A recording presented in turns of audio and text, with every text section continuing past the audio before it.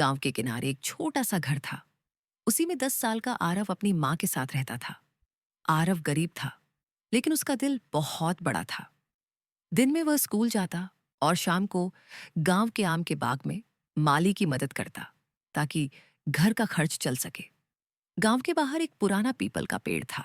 बच्चे कहते थे, इस पेड़ के नीचे जादू छुपा है। आरव हंसकर टाल देता, लेकिन एक गर्मी की दोपहर कुछ सचमुच अजीब हुआ। आरव पेड़ के पास से गुजरा तो अचानक सुनहरी चमक दिखी।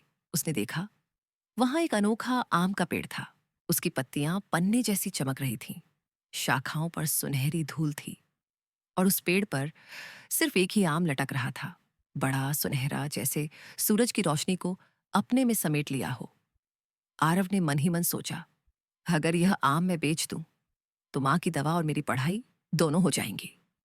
तभी झाड़ियों में से एक घायल गिलहरी बाहर आई। उसकी पूंछ में चोट थी और वह भूख से कांप रही थी। गिलहरी उस आम को पाने की कोशिश कर रही थी। उसकी आंखों में आंसू थे। आरव का दिल पिघल गया। उसने आम तोड़कर गिलहरी को दे दिया। गिलहरी ने आम खाते ही चमत्कारिक रूप से बोलना शुरू कर दिया। तुमने दया दिखाई। मैं कोई साधारण गिलहरी नहीं, जंगल की रक्षक हूं। तुम्हारा यह त्याग बेकार नहीं जाएगा। गिलहरी ने अपनी पूंछ से हवा में एक जादुई घेरा बनाया। कल सुबह तुम्हारे खेत में देखना दया का फल कैसा होता है। सुबह जब आरव उठा तो उसने देखा, उसके छोटे से खेत में 10 जादुई आम के पेड़ खड़े हैं। हर पेड़ पर ढेरों सुनहरे आम चमक रहे थे, जैसे आसमान के तारे उतर आए हों। इन आमों में खासियत थी। जो बच्चा पढ़ाई करना चाहता, आम उसे पढ़ाई की समझ देता।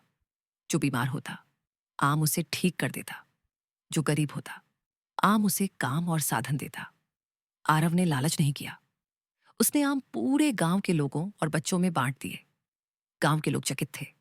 बच्चे खुश होकर पढ़ाई करने लगे, बीमार लोग ठीक हो गए और गांव समृद्ध होने लगा।